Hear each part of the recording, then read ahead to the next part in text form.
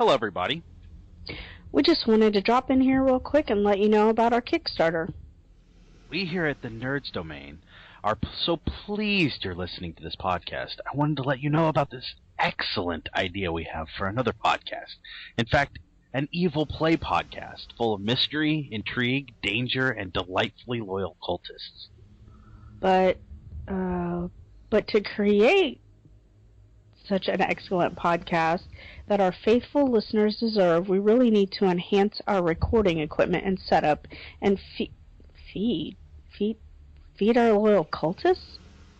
And it would help to have our costs covered with this newest endeavor. This is where you come in. We need the help of our fans and listeners. Yes, this means you. We have a great ensemble of players that are making up a great ensemble of characters. So head over to Kickstarter.com and search for Nerds Domain, or you can go to tinyurl.com/nerdsdomainmasks. All of that's one word. Oh, let us know if you like what you see by supporting us at any of the contributor levels. If you like what you see, one of our greatest things that you can do to help us succeed is pass the word around about our Kickstarter to all your friends and family. I cannot express how delightfully excited we are to get this Kickstarter moving and get this game out to you, our loyal fans, listeners, and followers. Thank you so much for your support and for checking out our Kickstarter. Feel free to let us know what you think by emailing us at nerdsdomain@gmail.com. Now back to your normal episode. Hey, Matt, are you okay over there? You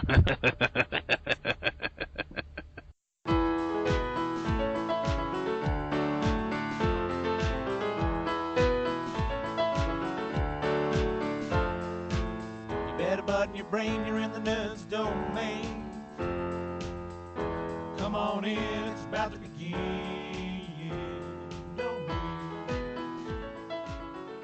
Hi, everybody. I'm Matt. I'm John. I'm Shirley.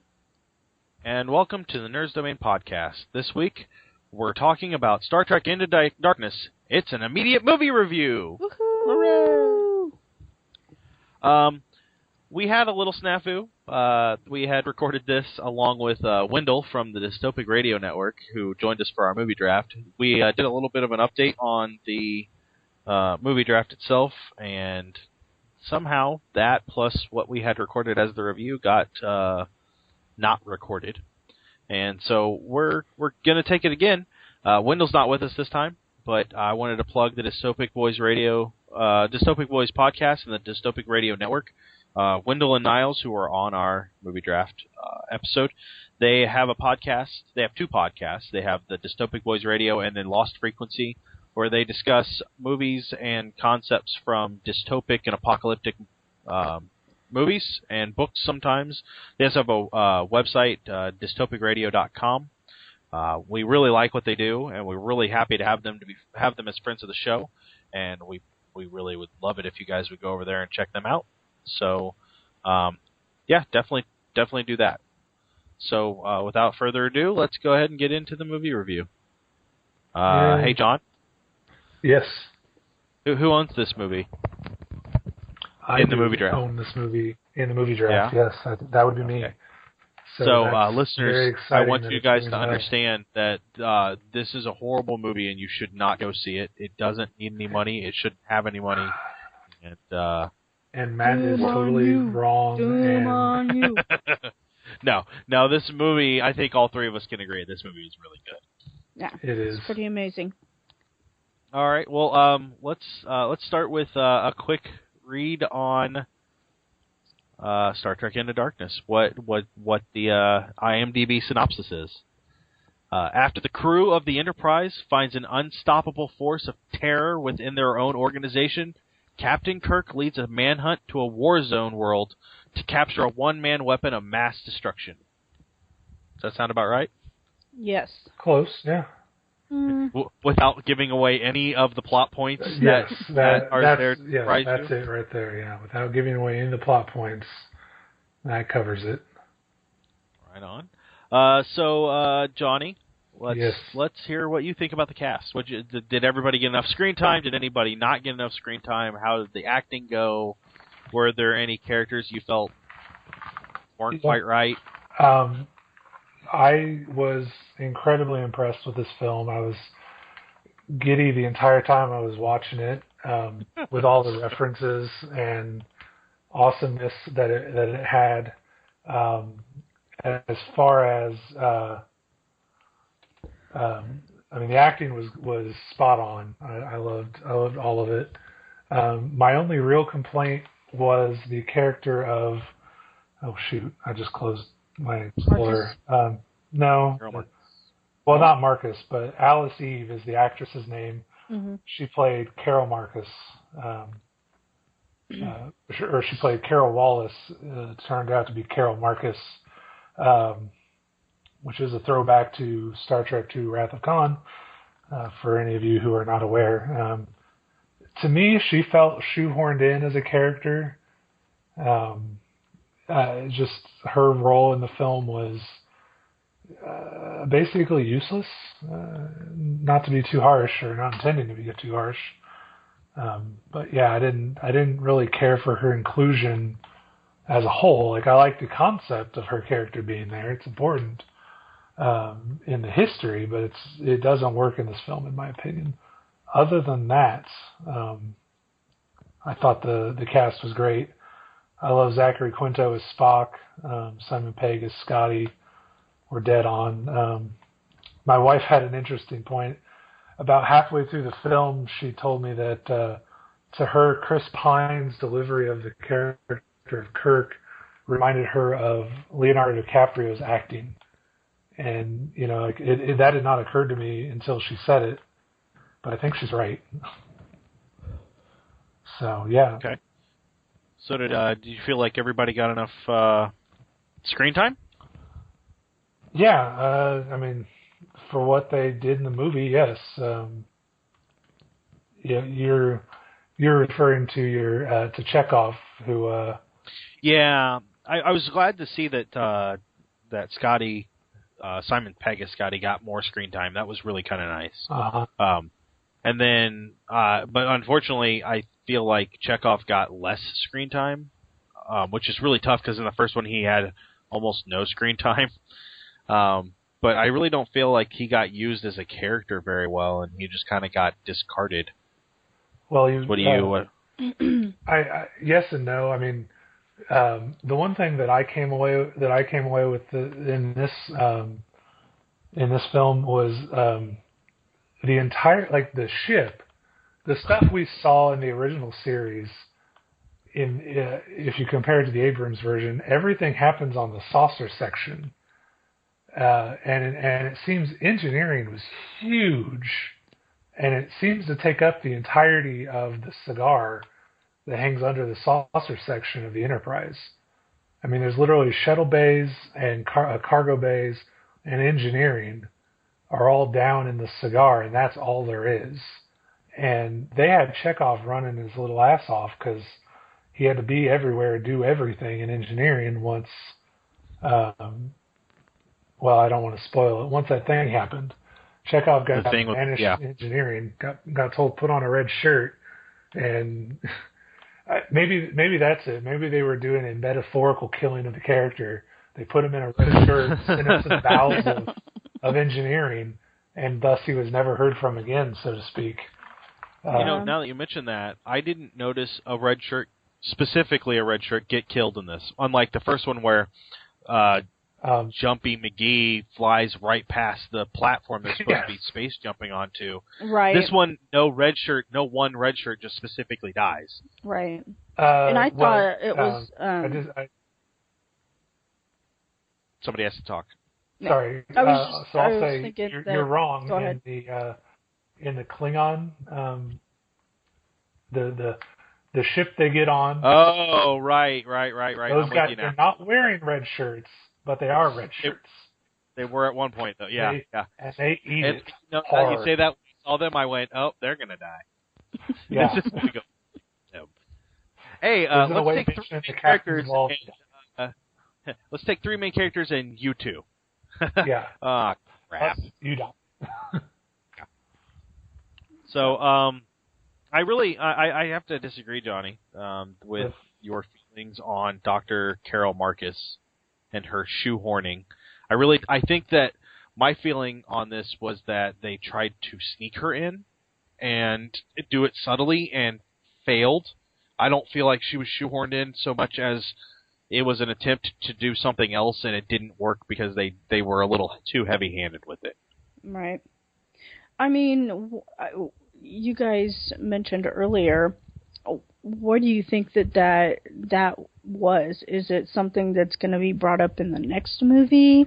And they try, She joined the crew, not to spoil too much, but at the end she's joined the crew. Right. Officially. But she brought up, like, Nurse Chapel, which I thought was just hilarious. Yeah. So... Yeah, she did. There was a reference there. There were a lot of references in this movie, which was nice. It made it feel like it was in the Star Trek universe and not just in some, Star Trek. Like somebody was so much, yeah. Like somebody was trying to, J.J. Abrams was trying to mock up something that was, has the name but didn't have any roots. In the old thing. So it very much felt like being a Trekkie of the original series. I grew up on it. I sat every week with my dad and we watched, all the episodes. And, there were a couple scenes where it just made me proud to be watching the movie. And I felt like there were those roots in the original series and the original movies. And, I had tears in my eyes. So I felt I love the movie, and I felt very much like it was connected to the Star Trek universe. Oh, yeah, they did a great job of doing that. All kinds of references throughout the film were just amazing. To hear and see those, I was pointing at the screen and laughing, and just right along with everybody else in the theater. It was a good time. Right. So... one of the other characters that I really, really enjoyed seeing, and he kind of played a major role, but didn't play a major role. It was Noel Clarke, which was Thomas Harewood, the father. The person where he was at the very beginning. Yeah, at the very beginning. He's the at the beginning. Incident that happens. And I was like, hold on, is that Mickey Rose's boyfriend after Doctor Who? And I leaned over to Matt, and he kind of gave me that weird look, like, no. And I was like, yeah, that's him. And and I had looked at the character, and I went, huh, is that Mickey? And then I went, wait, Matt, no, just because he's black and he's British does not make him Mickey. And then Shirley leans over, and she's like, is that Mickey? And I went, no, that can't be Mickey. Yeah, it's Mickey. Yeah. So it was nice to see him in that role because it was so very diverse from what he had played in Doctor Who. I was like, congratulations. I'm glad he got the screen time, and he's a really good actor. Yeah, it was very good. I didn't recognize him at first either, but towards the end of his involvement in the film, I realized who he was, and I was like, man, he's not portraying Mickey. Like, he's got, he didn't have a lot of screen time, but he portrayed a different character. Like, I didn't believe it at first either. So that was pretty awesome. His role, his acting. Yeah, and it was very strong what they did. What they did with him, even with a small part like that, it was kind of nice. Did you guys notice the family member that was in the movie? The family member of the original cast. So they go into about this earlier, but I didn't notice it. They go into the transporter room, and there's the old guy getting ready to transport them. That's James Doohan's son. James Doohan's son is in the transporter room. I don't get the reference at all. I'm sorry. It's not. James Doohan was the original Scotty. Oh, you're okay. So what you're telling me then is that the actor playing the guy at the Yes. transporter console is Yes. the son of the original Scotty. Uh-huh. Okay. The sentence, the words you were saying did not equal that in my brain. So, Okay. I don't know if that was me or you. Didn't get that. Okay, that's awesome. I did not know that. Yeah. Yeah. His son, I want to say it's Michael, but I'm not seeing. He might be I'm uncredited. not seeing names of his children. I didn't even look in the IMDb. Just because I don't know if he had a name. That dude at the transporter is probably what they called him. Right. The dude at the Transporter officer. Yeah, I'm probably. looking, the science officer, we in the bits we lost, we were debating what this guy was. There's a science officer who stands kind of off to the right. Yes. His name is Science Officer 0718. He's listed right under the African American bald African American actress who's given the name Navigation Officer Darwin. So this guy's name is literally 0718. He's some kind of cyborg. Maybe. Data? Maybe he's an early Data. Maybe Noonien soon got to work early. Okay, so, and I have a question. I want to park on the Noonien soon thing for a second. But anyway, Doohan's son's name is Christopher, and he is the transport officer. There you go. Oh, hey, they actually call him what he is. Yeah. So that's nice. So yeah. Yeah, his son got to be in the movie, which I think is kind of nice. It's kind of a nice callback. I mean, he is an actor. He has done other stuff. Yeah. From the looks of it. Right. But yeah. Oh, he was also in the other one. Yeah, he was in the original series too. Yeah. And he was in the original motion picture. Yeah. Wow. That's awesome. Wow, he's done a lot of stuff with Star. Well, not a lot. Yeah. He's done 7 things as an actor, and all of them have been Star Trek except for a TV series where he played Garth Brooks. What? Yeah, what? Okay, we can't see what you're whatting about. We're going to move past that. I'm looking at his IMDb page, and I see under his credits as actor, Your Big Break, the TV series, and in that he played a singer named Garth Brooks. That's kind of awesome. He did resemble seeing. Garth Brooks. I guess, sort of. Yeah, I guess so. Anyway, it was kind of cool that they put him in it, and he was able to be part of the same thing that his dad was. Yeah. You know? That is. Yeah. All right. So, how did you guys feel about the directing? I know we had a conversation earlier tonight about that for another show that's going to come up next week. And I think I still have a hard time sometimes pointing to what the director is doing in the film. Like, I don't know if it's because there's the script, there's the actors. Yeah. I know the director is an integral and an important part to filmmaking. And this may actually be a good thing now that I've started forming the thought.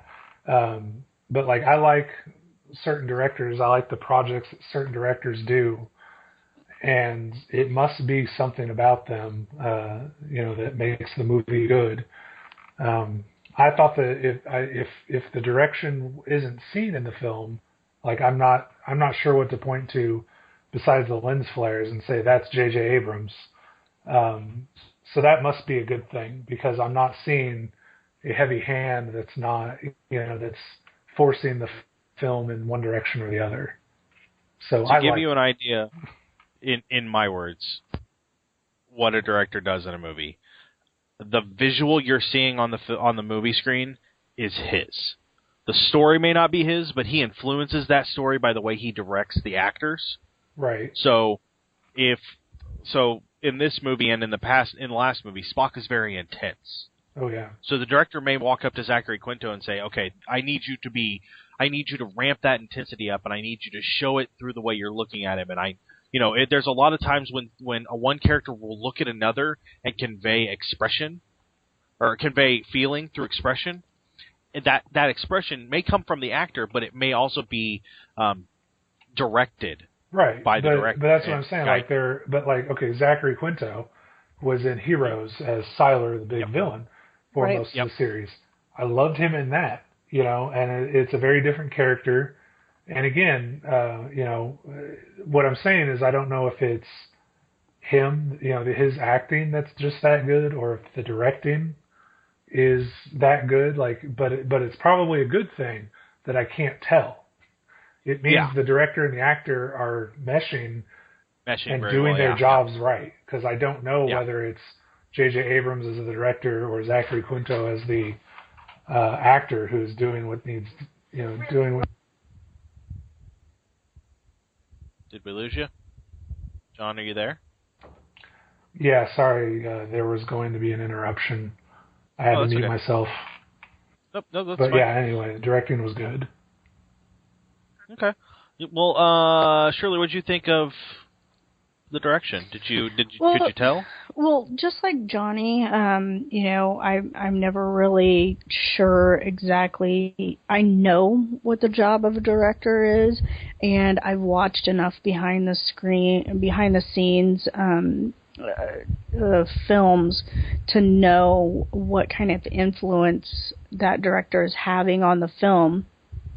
So in a sense, it's like you have the writer who's written the scripts and the story and given it to the actors, and then this director takes this script story that's in these actors' heads and says, okay, this is what I need to see so that you can express that story. So I feel like in a sense that they're helping convey or write the story as well.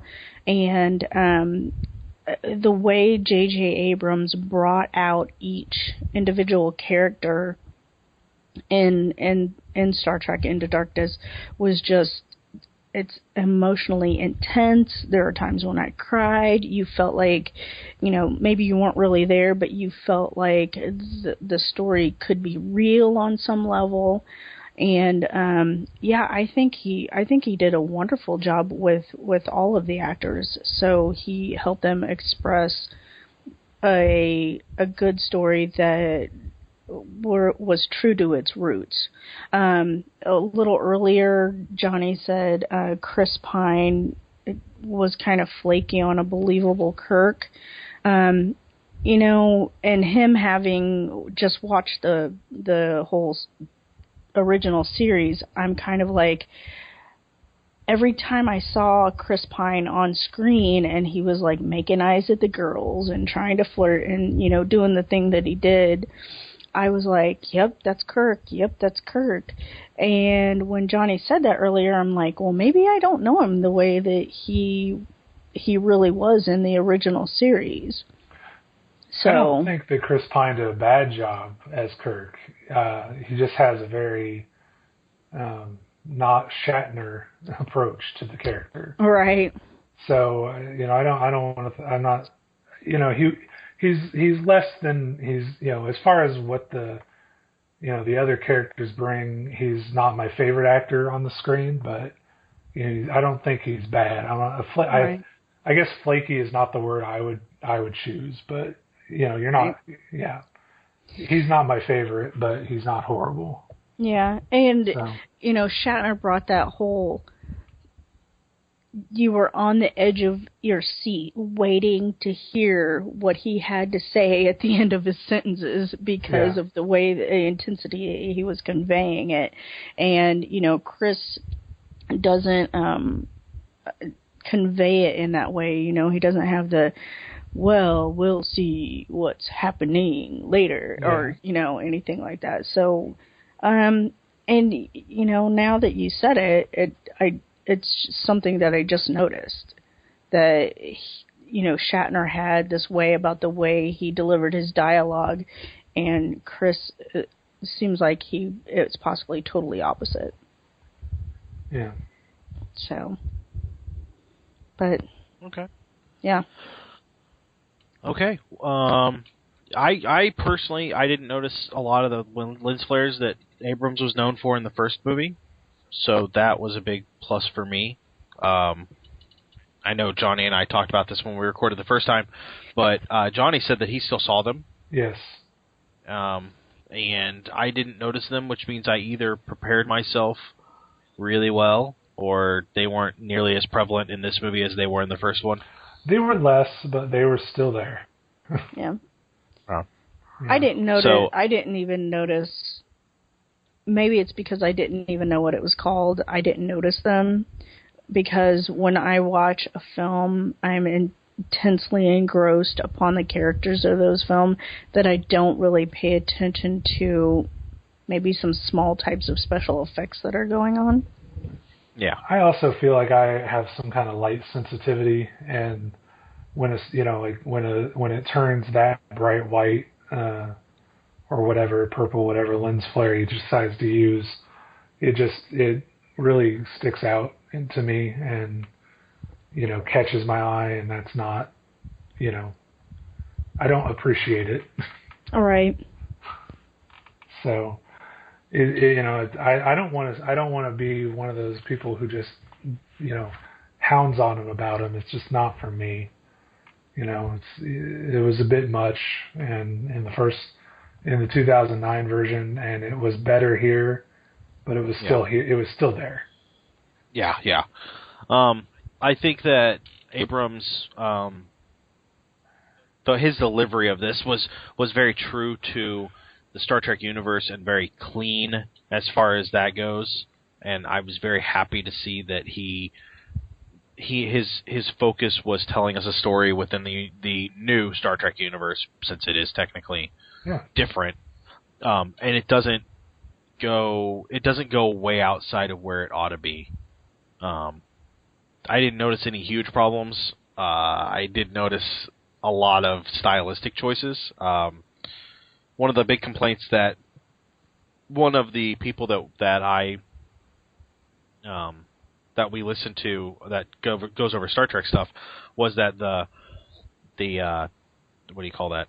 The cities didn't seem futuristic enough, which I didn't have a problem with. And Johnny, when we recorded this previously, you mentioned that they were grittier. To me, they seemed grittier. There was flying vehicles that were spitting out clouds of smoke and pollution or whatever, and when in the Next Generation and Deep Space Nine versions of San Francisco, which is what we see in Star Trek Into Darkness, we see San Francisco for the most part.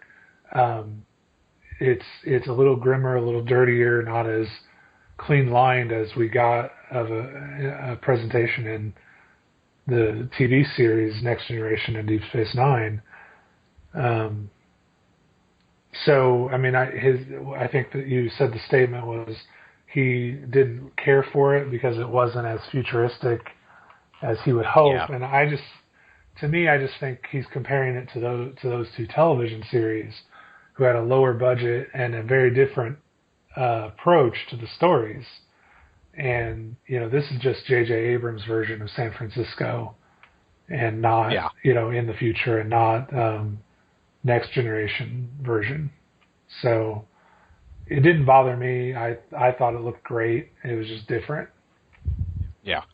I really did enjoy a lot of the visuals. It is visually beautiful. There was a lot of weird flying vehicles, but that was just me. Towards the end there were. Yeah. That didn't bother me so much as I noticed it, and I don't always like noticing that kind of stuff in a movie. Everything hovered. There was a scene in the hospital, the gurneys hovered. And I thought to myself when I saw that, I was like, that seems dangerous because, I mean, on a starship, stuff breaks down all the time. If you have a person on their, coming out of surgery and they're on a hover gurney and the hover mechanism breaks, that's going to suck. Yeah, that could cause a whole lot of problems. So, I mean, I think that there was, I don't know, would you say there was too much hovering? Too many things flew and it was a little much, maybe? I don't know, honestly, if I would say that or not. I can see what you're saying, but... To me, the hovering gurney was just a bit much. And I guess I didn't really look at it like... I just noticed a lot of the vehicles were hovering. like everything. Whereas in the movie before, there was at least a motorcycle and a car. Well, and the car was a quote unquote classic, but still it drove. Right, but then Kirk's motorcycle that he gives away is futuristic in style, but it has wheels that touch the ground. Yeah. So, that may have just been he lived in Kansas or Iowa, I forget where. Iowa. Was it Iowa? Yeah, it was Iowa where Kirk grew up. And maybe out in the country they didn't have as much flying stuff. The cop who tried to pull him over had it when he was a kid. Yeah. But, that was it. And then in the cities, everybody's got the new hotness and everything has to hover and fly. But it's not explored and explained, so who knows? Yeah. All right, so without giving any spoilers, which is really tough, I don't want to ruin the movie for any of our listeners because I know that sometimes people listen to these to see if they're worth going to. Sum up the movie without spoilers. Is it worth seeing? Is it something that you should run out and go see? Does it matter if you're a Star Trek fan? Tell me what you think. I think that if you did not watch the 2009 Star Trek, does it have a tagline? Or is it Star Trek? It's just Star Trek? Just Star Trek, yeah. If you didn't watch Abrams' last outing, there's too much going on in this film to go watch it as a standalone. But you should go watch the 2009 Star Trek and then go see this one because it is an amazing film that, in my opinion, like I kept hearing people say it's not going to be just for Star Trek fans. And a lot of people were taking that it's not for Star Trek fans. But I disagree. It is for Star Trek fans. You don't need to be a Star Trek fan. You don't need to understand every reference they make to enjoy this film. It's an amazing film. It's better if you're a Star Trek fan, but it's still an amazing film. And again, I'm not just saying that because I have it in the movie draft, and the more tickets it sells will help me win that. I swear. This is an honest opinion. Honest, unbiased opinion. What do you think, Shirley? I think Johnny's right. I think you definitely need to see the first movie to, be clued into the second movie, so things that make sense. But I also agree that, if you're not a Star Trek fan and haven't seen anything previously to this, that it's a wonderful movie to go watch. Visually, it's amazing. The storyline is great. The villain, non-villain is amazing. And we haven't really said Benedict Cumberbatch's name at all. Benedict Cumberbatch's name at all during this episode. So I'm going to go ahead and throw it out there. But his delivery of his part in this movie is just like, I was very, very surprised and emotionally locked into that character when he was on screen. Yeah. So definitely, go see the first one, then go check this one out. If you're not a previous Star Trek fan, you haven't seen the original series or anything, you may not get the references.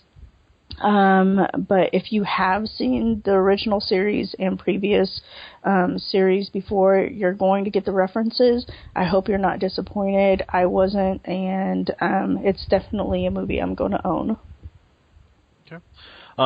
So I think that we did kind of skip over Cumberbatch's influence. I think he's an amazing actor. I think he did a fantastic job in this movie. I think it's well worth watching. I think you're both right that you have to see the first J.J. Abrams Star Trek film. But I think that both those films are could be for everybody. It tells a solid story. It doesn't require you to know much more about Star Trek. You'll miss a couple of strokes, a couple of things that are semi-important if you've missed it. But honestly, Kirk and Spock are enough in everyday knowledge that when you see Leonard Nimoy on the screen, you'll know who he is. So it won't matter. I think that they hit some really good points in the references. There's some references that you'll catch. There's some references that even die-hard Star Trek fans might miss, just here and there and everywhere. And I think that they're all really good. I liked that because it made me feel like I was in a world where that stuff mattered. There are a couple of things that really bothered me about the film, but I can't talk about them without spoiling, so we'll skip over that. Say tribbles. Yeah, there's that. Hold on. That didn't bother me. Tribbles are fuzzy, cuddly. I own a tribble. Kinda. Yes, his name is Tristan. Yes, it is. So let's go ahead and we'll move on. Let's give this a star rating, guys. What kind of rating star-wise would you give this? So Shirley, let's start with you. It would definitely be a 5 out of 5. Okay, well, give me another 5 out of 5 science fiction movie. Oh my gosh.